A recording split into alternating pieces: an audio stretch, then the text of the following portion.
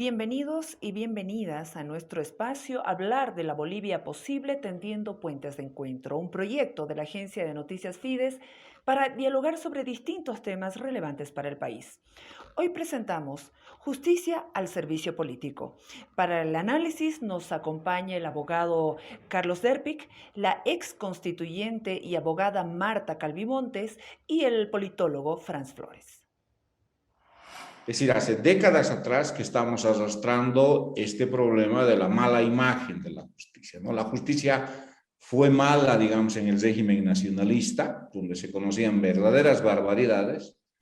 Así estuvo durante el régimen neoliberal y así estamos durante el Estado plurinacional, digamos, ¿no?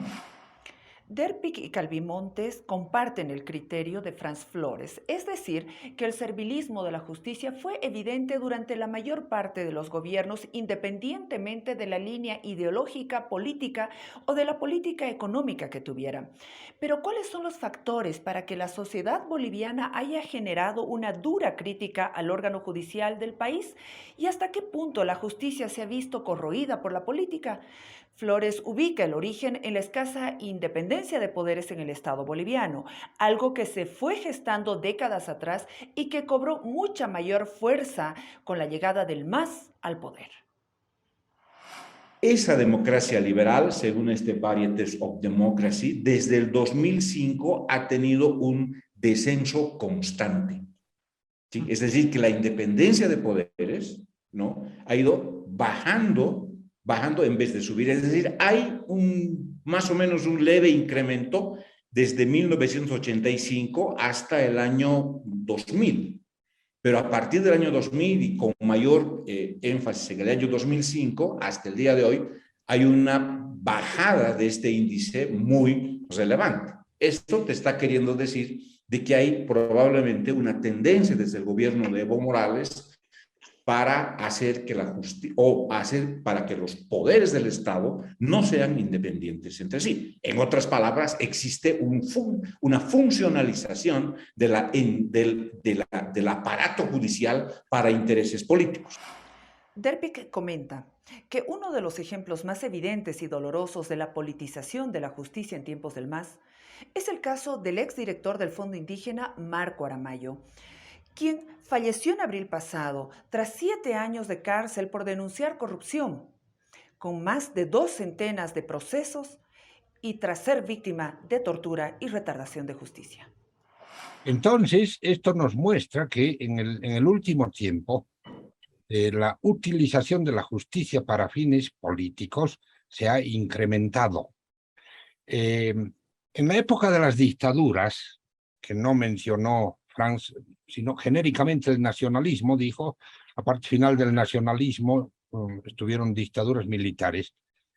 No necesitaban pues las dictaduras de la justicia, porque operaban sus organismos represivos como el DOP en la época de Banzer, Dirección de Orden Político, o el SES en la época de García Mesa, Servicio Especial de Seguridad, y se metía bala a discreción contra los opositores, se los perseguía, encarcelaba, enjuiciaba, torturaba, mataba, sin ningún inconveniente. En democracia no puede ocurrir eso. En democracia hay algunos excesos, como el de Chaparina, por ejemplo, que una muestra de la vergüenza de justicia que tenemos es la condena y a quienes han condenado por la tremenda represión del año 2011. Entonces, como no se puede reprimir al estilo de las dictaduras, se utiliza al órgano judicial para estos fines. Desde su experiencia como constituyente, Calvimontes reflexiona que una demanda a la Asamblea Constituyente en 2006 fue la reforma judicial, instancia donde surgió la propuesta de la elección de magistrados por el voto popular y no por el Congreso. Sin embargo, la idea inicial se distorsionó por un acuerdo político.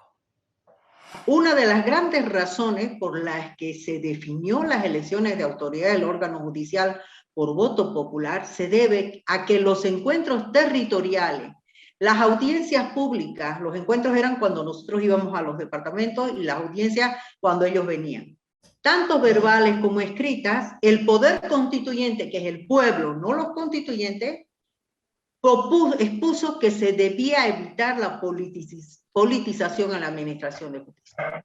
Fue un mandato muy claro. ¿Por qué? Porque había retardación de justicia, porque la impunidad era reinante de los corruptos, la inseguridad jurídica, la desigualdad en el acceso a la justicia, el cuoteo político del Poder Judicial, ahora llamado órgano, entre otros que se arrastra desde la fundación de Bolivia.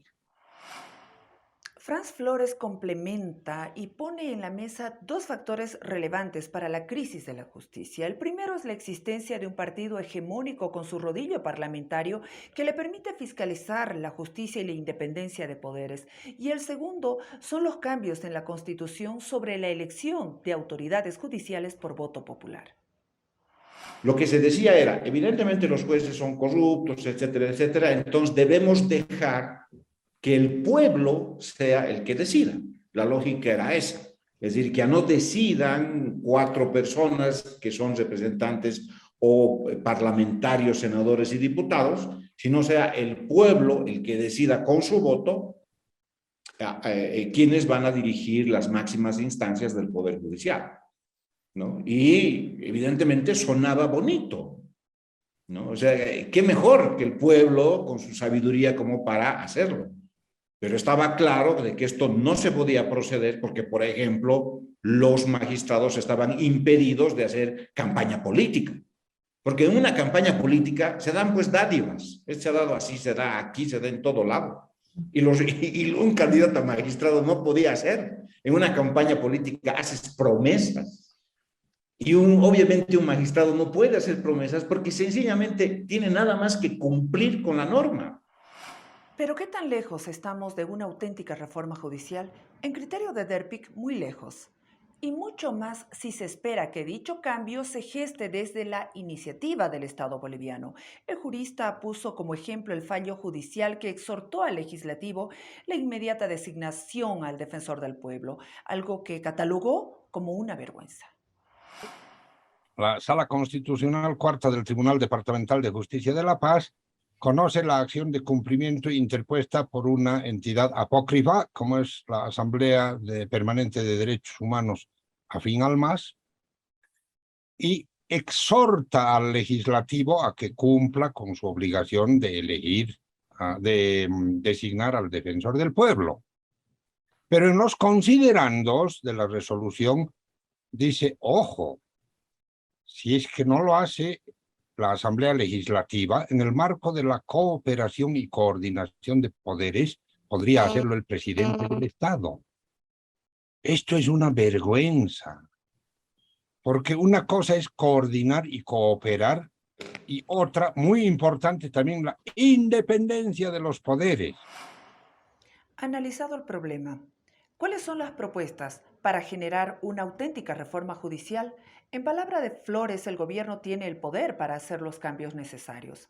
Exhortó a tomar conciencia porque la crisis política y social postelectoral del 2019 es el resultado de la politización de la justicia en favor del MAS.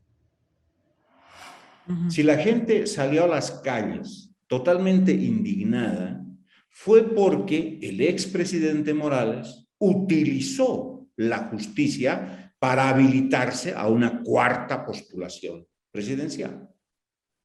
Entonces, todos estos elementos no son gratuitos, son elementos que generan un hondo malestar en la sociedad, en sectores masistas y en sectores no masistas, y también yo diría en sectores masistas, que ven día a día cómo esta justicia está operando de una manera incluso criminal si uno, por ejemplo, ve los niveles de feminicidios que hay en Bolivia y el escaso castigo y hasta liberación que se da a los feminicidas y hasta premio que se da a los jueces restituyéndolos en el cargo.